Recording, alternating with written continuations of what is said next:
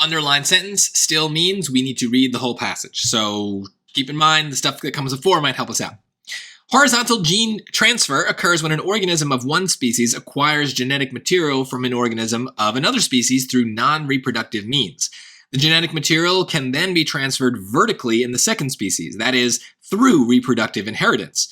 Scientist whatever and her team have hypothesized infection by invertebrate parasites as a mechanism of horizontal gene transfer between vertebrate species. While feeding, and here's the colon here, so this is important. While feeding, a parasite could acquire a gene from one host, then relocate to a host from a different vertebrate species and transfer the gene to it in turn. So, like I said, the other parts of the passage besides the underlined part also help us. And here, more than in other cases maybe, this colon, remember what the purpose of a colon is grammatically. It's to add on kind of an explanation for whatever comes before. So the underlined part is the explanation of what, right? So even just grammatically speaking, I know that that's kind of the purpose of it. Its function is an explanation of, I guess, this mechanism of horizontal gene transfer using a parasite. So maybe that's a dumb summary right there. I'm kind of getting it through the grammar of the situation. Let's take a look at the choices though. So what is the purpose? What is the function? It explains why parasites are less susceptible to horizontal gene transfer than their hosts are.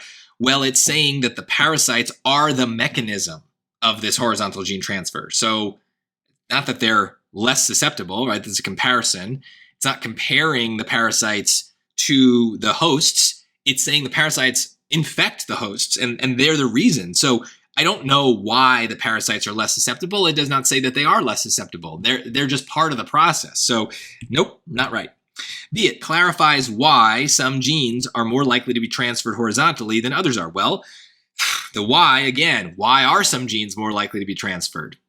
I don't know. And here's the thing, is they're not comparing, again, there's another comparison. They're not comparing genes to genes. They're comparing maybe the ways that things can be transferred, right? It can be transferred horizontally or vertically, but it's not getting into the specifics of genes. It's just not, that's not the right comparison.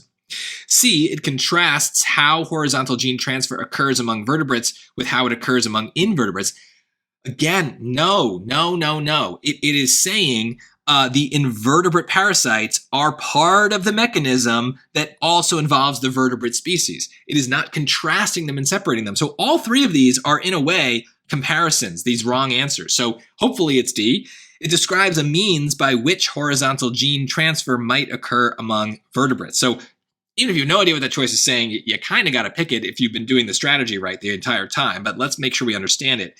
The word means, I think, is being used here in a way that a lot of people won't really know what it means, because mean sometimes means like defines, right? And so mean can also be you're mean, you're not a nice person. But here, a means is kind of like a method or just a way, right? It describes a way by which, so a way that horizontal gene transfer might occur among vertebrates. Well, if it does describe that way, what is the way? Well, the way is that the parasite infects the host and it spreads from there. So the underlined portion specifically is saying, while feeding, a parasite could acquire a gene from one host. So it, infects you, the parasite. They'll say it's like a little worm of something like that, and it's eating your insides, and it gets a gene from you, and then somehow we hug, shake hands, cough on each other, whatever, and the worm somehow gets into me. And now I get your gene from the worm, right? The parasite could acquire a gene from one host, you, and then relocate to a host through whatever disgusting way the worms travel to me and a different vertebrate species. Well, we're the same species, actually. So maybe let's talk about you and your dog. And usually it's the other way. The dog gives you the problem, but whatever. And so there you go. It's this parasite is the thing that's doing the transfer. Choice D is just saying that that's the method that this horizontal gene thing could work with parasites and vertebrates. And there you go. It's fine. So it is an explanation of a method. Perfect. My dumb summary helped.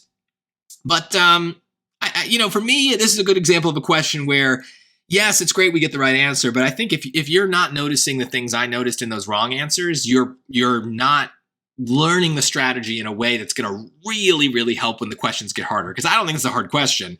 But there will be ones where you've got to notice when a choice is making a comparison that the passage is not making. And that is the first thing that stood out to me as I was reading those wrong answers. So really get in the habit of thinking about the relationship that an answer choice is trying to convey, because that's kind of what we're doing when we try to match a choice to a passage. Is it the same relationship?